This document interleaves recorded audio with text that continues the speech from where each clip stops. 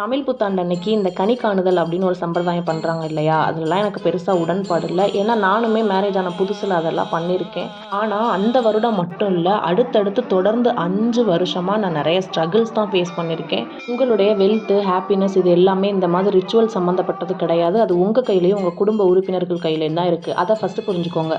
நேற்று ஈவினிங் நாங்கள் வந்து பாகலூர் ரோட்டில் இருக்கக்கூடிய ஸ்ரீ அழகன் முருகன் டெம்பிளுக்கு தான் போயிருந்தோம்.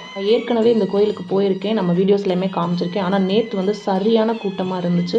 அதோட கோயிலிருந்து ஸ்ட்ரெயிட்டாக ஜிஆர்டிக்கு போயிட்டு எங்கள் பாப்பாவுடைய பழைய கொலுசை கொடுத்துட்டு இந்த தமிழ் புத்தாண்டு அதுவுமா புதுசாக எங்கள் பாப்பாவுக்கு ஒரு கொலுசு வாங்கிக்கிட்டோம். இந்த சித்திரை கனி காணுதல் ரிலேட்டடான ரீல்ஸுக்கு கீழே நான் சில கமெண்ட்ஸ் படித்தேன். அது என்னன்னா, எங்களால் ஒரு ஸ்வீட் பாக்ஸ் கூட வாங்கி வச்சு சாமி கும்பிட முடியல, இதெல்லாம் பண்ண முடியாதவங்க பார்த்தா மனசு கஷ்டப்படுவாங்க, அந்த மாதிரிலாம். நான் கூட அந்த மாதிரி ஹார்டான சுச்சுவேஷன்ஸ்லாம் கடந்து தான் வந்திருக்கேன். எனக்கு மாற்றம் வரும்போது உங்களுக்கு ஒரு மாற்றம் வராமலா இருக்க போகுது. அண்ட் ஃபைனலி பாப்பா முகத்தில் தெரியக்கூடிய இந்த சிரிப்பு தரக்கூடிய சந்தோஷம் எனக்கு கனி காண்றதுல இல்லை.